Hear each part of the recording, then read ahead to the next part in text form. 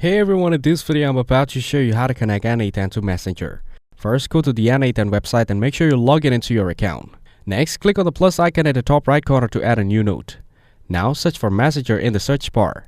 You'll notice that there is no direct messenger option, but you might see something called custom messenger. Ignore that for now.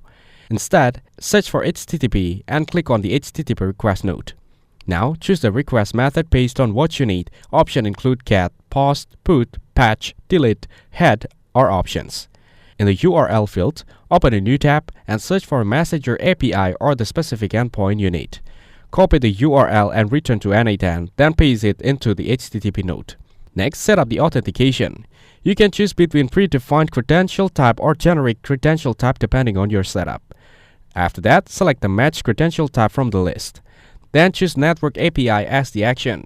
You can now turn off the toggles for send query parameters, send headers, and send body depending on the data you want to send.